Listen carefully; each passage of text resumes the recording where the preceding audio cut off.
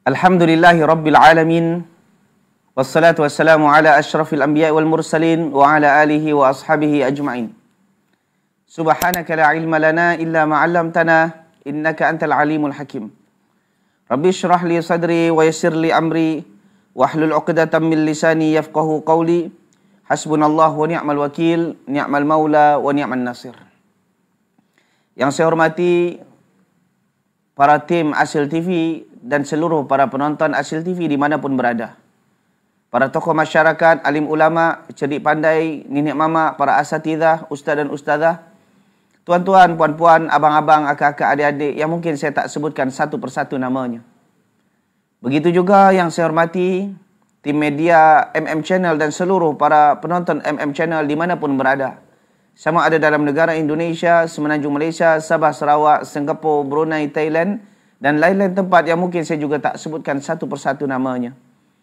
Kita memohon pada Allah Subhanahu Wa Taala, mudah-mudahan kita yang hadir menyaksikan rancangan ini sentiasa mendapat rahmat dan taufik dari Allah Subhanahu Wa Taala. Amin ya rabbal alamin. Alhamdulillah, kita bersyukur pada Allah Subhanahu Wa Taala.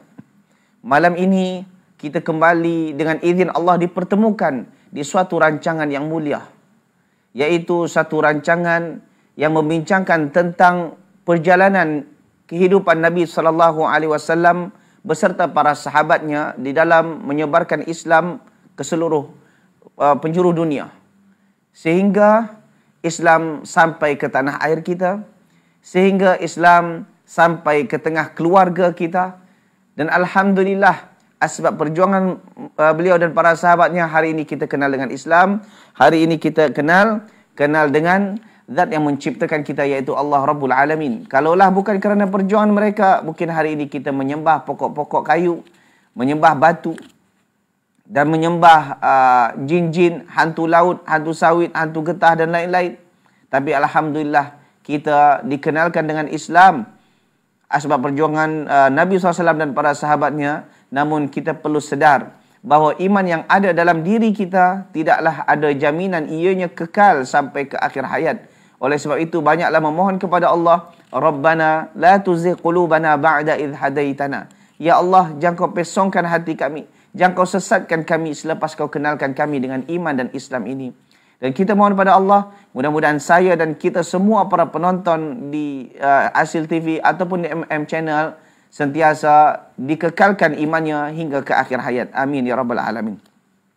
Selawat dan salam kepada Nabi kita Muhammad sallallahu alaihi wasallam dengan mengucapkan Allahumma salli ala Muhammad wa ala ali Muhammad. Para penonton yang dikasihi oleh Allah Subhanahu wa taala, malam ini kita sambung kajian kita dalam kitab Ar-Rahiqul Makhtum, iaitu suatu kitab yang membincangkan tentang sirah nabawiyah. Walhamdulillah, dengan izin Allah, malam ini kita dah masuk pada pertemuan kali yang ke-62. Pertemuan kali ke-62. Dan kita sekarang baru masuk pada sampai tahun ke-5 Hijriah. Sampai ke-5 Hijriah. Bermakna kalau kita tengok dengan perjalanan kehidupan Nabi SAW, Nabi meninggal di tahun ke-11 Hijriah. Bermakna 6 tahun lagi perjuangan Nabi SAW dari kisah yang akan kita kongsikan pada malam ini. Dan seperti biasa, di mana-mana saya bagi kajian, sama ada sirah nabawiyah ataupun kajian yang lain, tafsir, hadis ataupun apa sahaja, maka saya selalu memberikan satu tajuk. Tajuknya, tujuan apa? Tujuannya supaya kita tahu ke mana arah isu yang akan kita ulas pada masa ini. Tajuknya pada malam ini adalah option yang tak diterima. Option yang tak diterima. Option ada kalanya datang daripada manusia, dari kawan kita, keluarga kita, kerabat kita atau orang lain. Atau boleh jadi option itu datang daripada Rabbul Alamin, sang pencipta kita. Sama ada direct daripada Allah Subhanahu Wa Taala atau ia melalui lisan Nabi SAW. Saya bagi contoh. Seperti mana dalam surah An-Nisa ayat 147. Allah bagi option. Jika kalian enggan untuk masuk ke dalam neraka, kalian enggan untuk diseksa dalam neraka, maka Allah katakan ma yaf'alullah bi'adzabikum in syakartum wa amantum. Kalau Allah tak akan azab kalian jika kalian bersyukur dan kalian beriman. Jadi bagi option, kalau kalian tak nak diazab, maka optionnya apa? Bersyukur dan beriman. Kadang-kadang dari hadis Nabi SAW pun ada juga macam tu. Namun ada kalanya option itu datang daripada manusia. Tapi perlu kita ingat, setiap option yang datang daripada Allah itu pasti benar dan pasti yang terbaik untuk kita. Walaupun dalam pandangan kita tak baik. Dalam pandangan kita rasa tak baik. Tapi kalau memang itu diperintahkan oleh Allah, wa asa an takrahu syai'an wa huwa khairul lakum wa asa an tuhibbu syai'an wa huwa syarrul lakum wallahu ya'lamu antum la ta'lamun. Boleh jadi kamu membenci sesuatu tapi itu yang baik untukmu, dan boleh jadi sesuatu yang kamu sukai itu yang buruk untukmu, dan Allah mengetahui apa yang kalian tak ketahui. Kalau option daripada Allah dan Rasulnya, maka kita sami'na wa ata'na, dan insya-Allah itu yang confirm terbaik untuk diri kita, ahli keluarga kita dan hayat kita. Namun berbeza dengan option yang datang daripada orang. Ada kalanya option yang datang daripada orang kadang-kadang baik, kadang-kadang tak baik. Kadang-kadang option tu nampak baik, ternyata nak membenamkan kita. Walaupun itu kerabat sendiri, walaupun kawan sendiri. Jadi ketika kita buat something, lalu dibagi option oleh kawan, tujuannya bukan untuk selamatkan kita. Tujuannya nak benamkan kita jauh lebih terbenam ke bawah berbandingkan dengan dia. Sekarang option siapa yang tak diterima? Berarti kalau option tak diterima, maknanya option itu ditolak. Option siapa yang tak diterima? Option yang tak diterima adalah option daripada seorang pemimpin.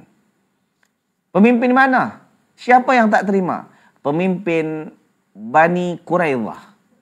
Pemimpin Bani Quraidah yang bernama Ka'ab bin Asad.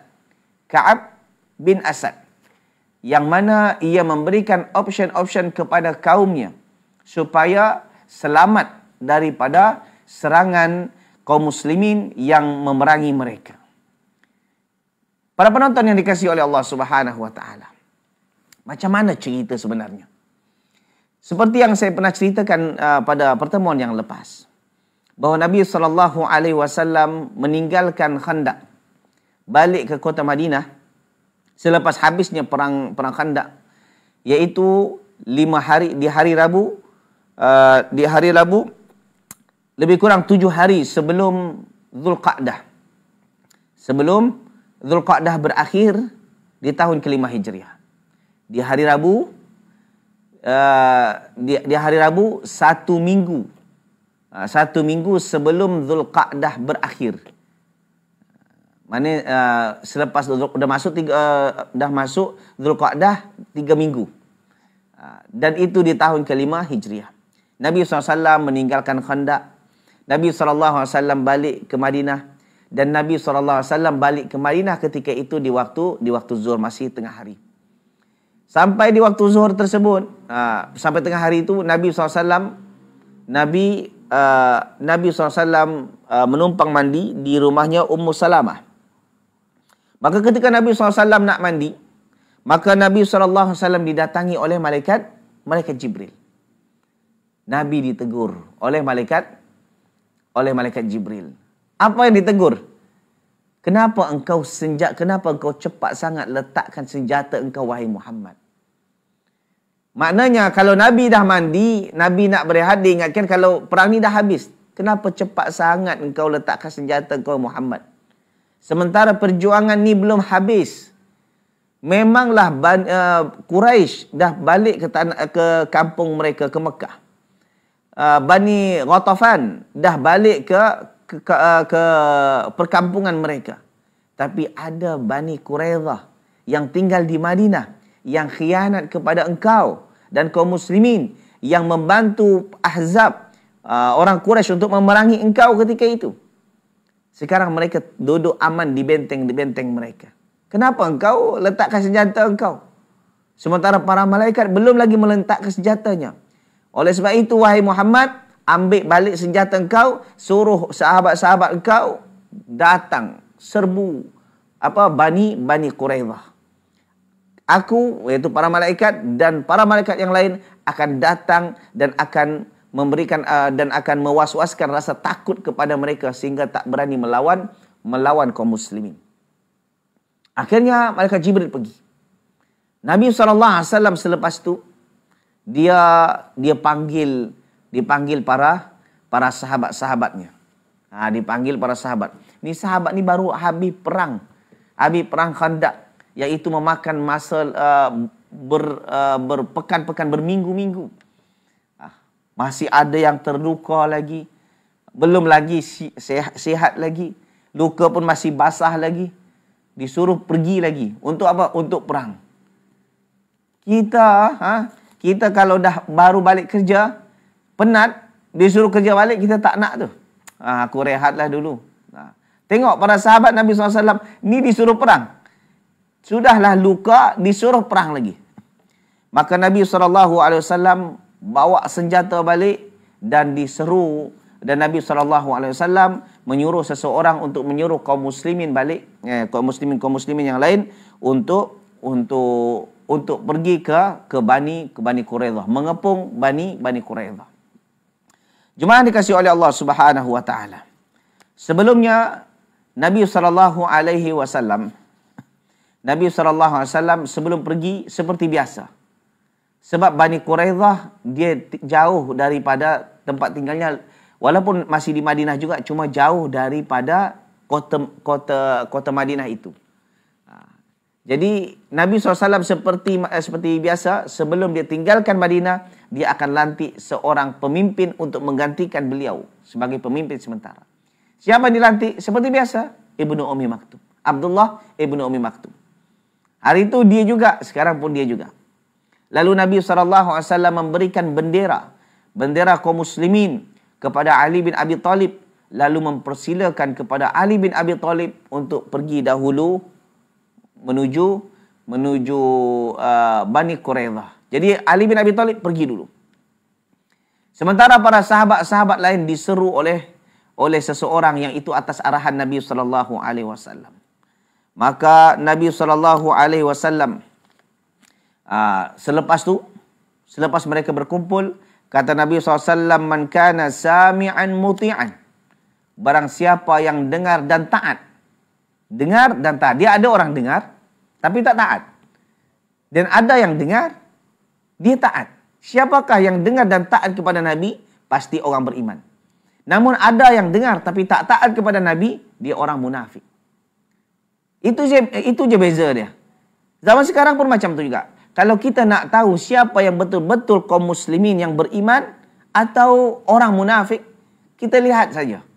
Bukan daripada ucapan. Kerana kalau ucapan semua orang boleh. Bukankah dalam Al-Quran juga disebutkan oleh Allah, wa yaquluna amanna billahi wa birrasuli wa ata'na. Thumma yatawalla fariqum minhum min ba'di dzalik wa ma ulaika bil mu'minin.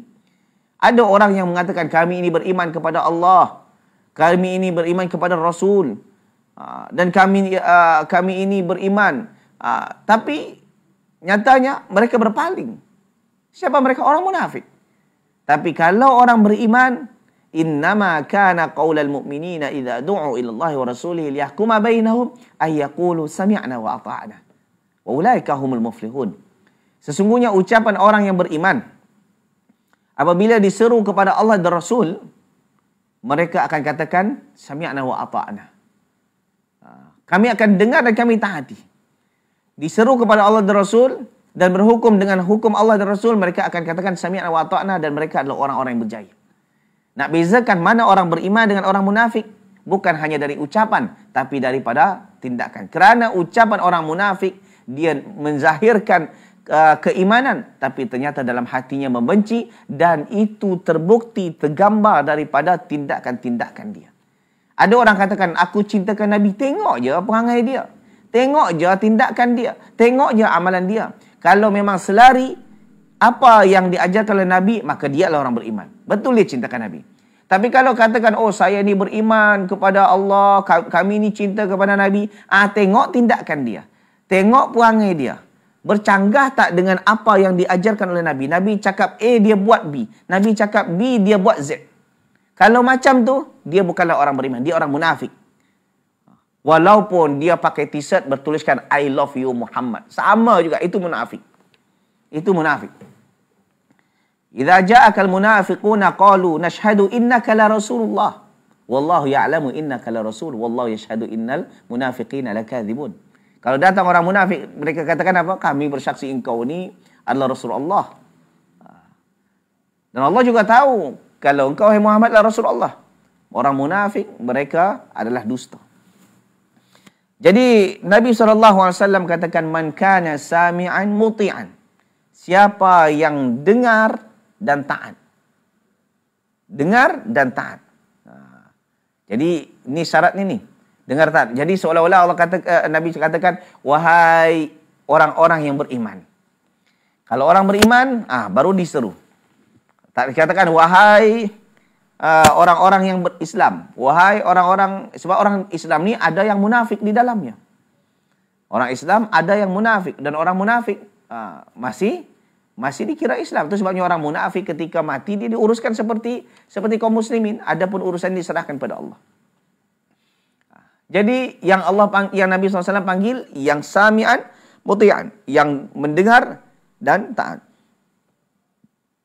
Maka selepas itu disuruh untuk apa? Jom beramai-ramai kita pergi, dan ini atas arahan Allah Subhanahu wa taala.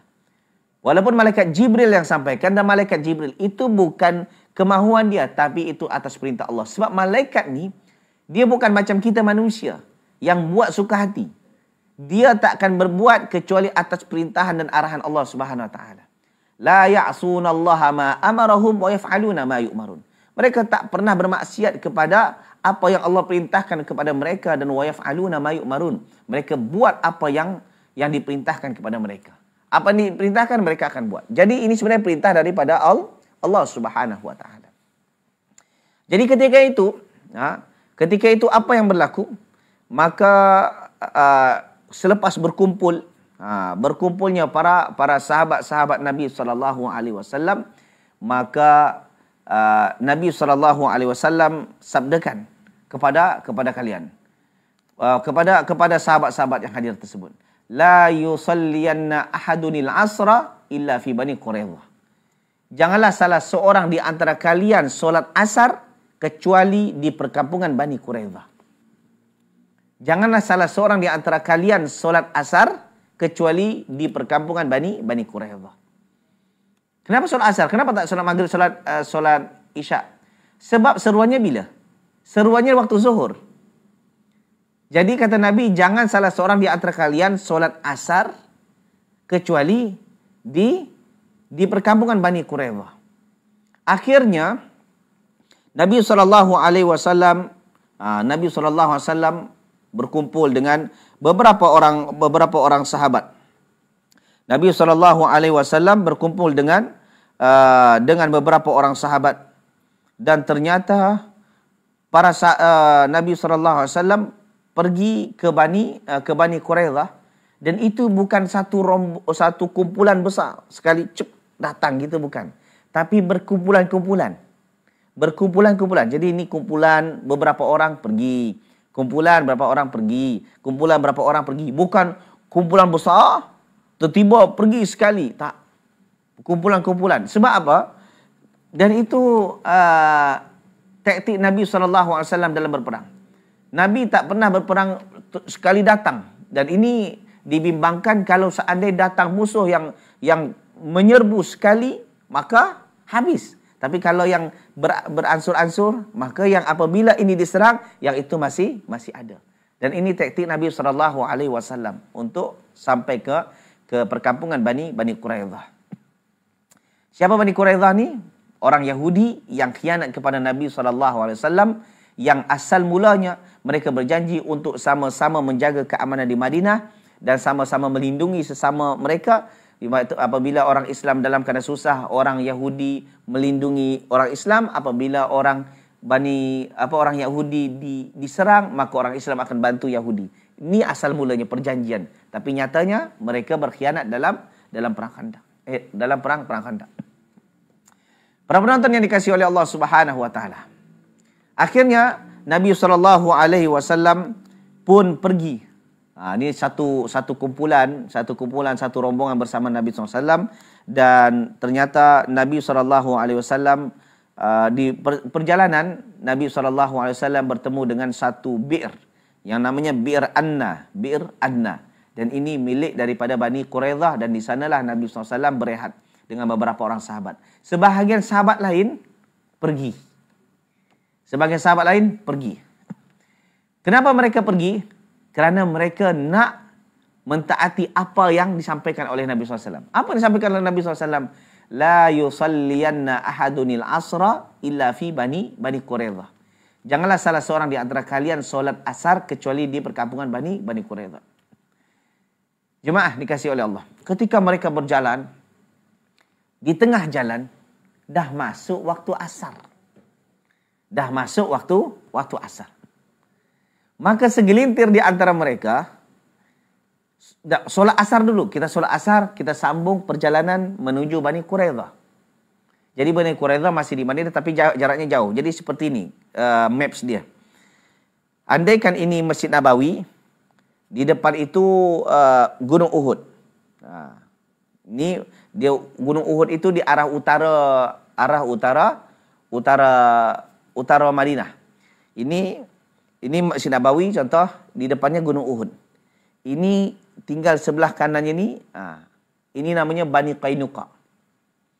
Di belakang sana, berarti dekat arah dekat Bir Ali lah. Kalau orang pergi umrah ada Bir Ali, tapi sebelah kiri, kalau nak pergi ke Mekah sebelah kiri itu ada perkampungan namanya perkampungan Bani Nadir. Dan sebelah kesananya lagi, jauh ke sana lagi, ada perkampungan Bani Quraidah. Zaman dulu tak ada bas, zaman dulu tak ada kereta, tak ada motor. Jadi jalan kaki atau mungkin di antara mereka ada yang berkuda. Sementara majoriti di antara mereka jalan kaki. Majoriti di antara mereka jalan kaki di atas padang pasir. Sebab yang pergi bersama Nabi ketika itu pergi ke Bani Quraidah itu ada 3,000 orang. 3,000 orang semuanya jalan kaki. Kecuali ada 30 orang yang menggunakan kuda. Selebihnya jalan kaki. Jalan kaki. Kita jangankan perang. Nak pergi ke masjid jalan kaki pun kadang-kadang berkira juga. Berkira. Kadang-kadang rumah dekat dengan masjid itu pun naik kenderaan.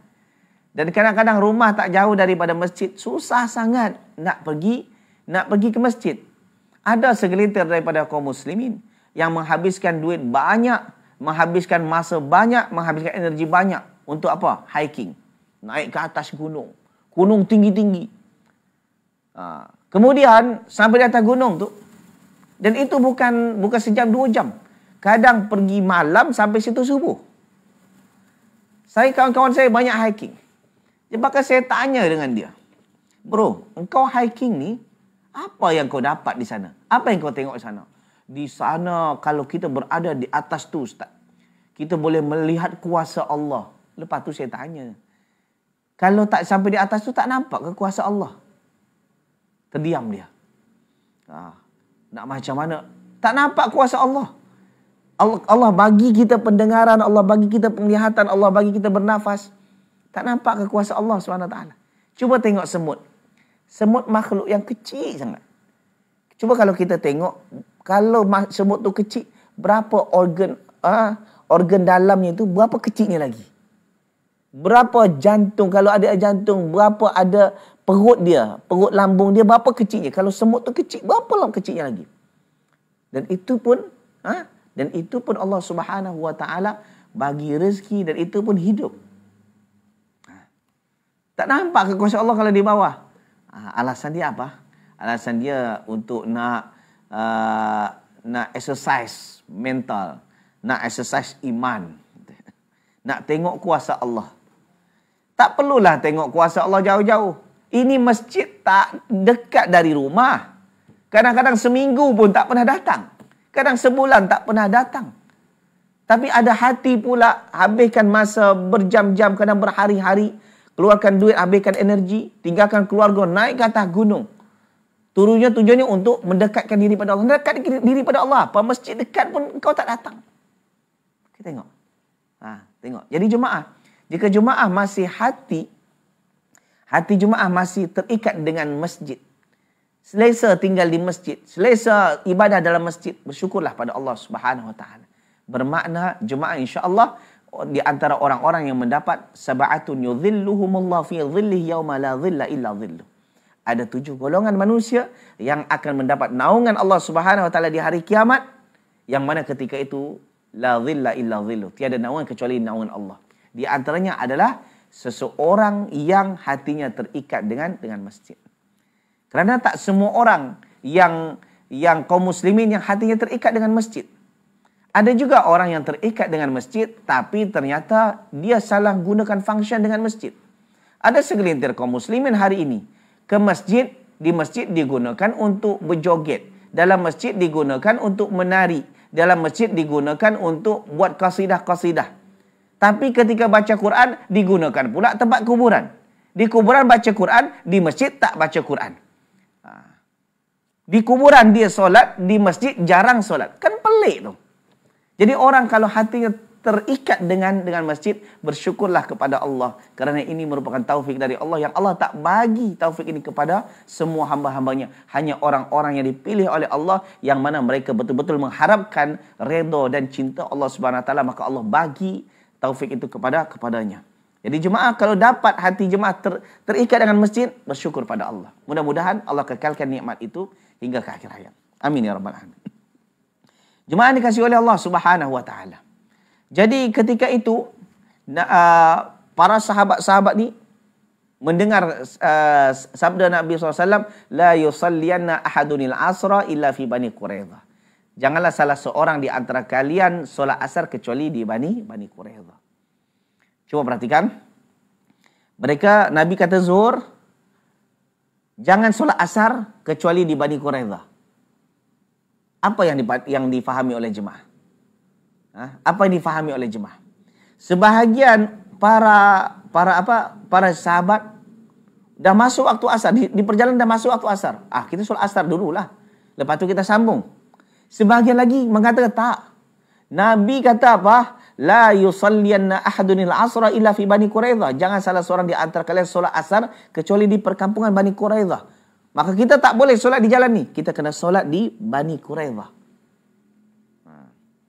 Ya sebahagian sehingga di antara mereka itu ada yang kerana nak mentaati perintah Nabi SAW, akhirnya dia mentakhirkan solat asar. Kerana dia tak nak solat asar di jalan. Sebab Nabi katakan jangan solat asar kecuali di perkampungan Bani Quraidah. Yang satu lagi meyakini bukan macam tu maksudnya. Maksudnya waktu Nabi cakap tu zuhur, Nabi kata jangan solat kecuali asar kecuali Bani Quraidah. Maknanya cepat-cepatlah kita pergi. Kalau boleh sampai di sana waktu asar, kita solat asar di Bani Quraidah. Nampak? Tengok. Ternyata khilaf di antara ulama, khilaf di antara para sahabat di zaman Nabi SAW dah berlaku banyak. Kalau kita baca hadis-hadis Nabi SAW, kita akan menjumpai bukan satu dua. Khilaf di antara sahabat itu dah sangat-sangat banyak. Sangat banyak. Ini satu di antaranya.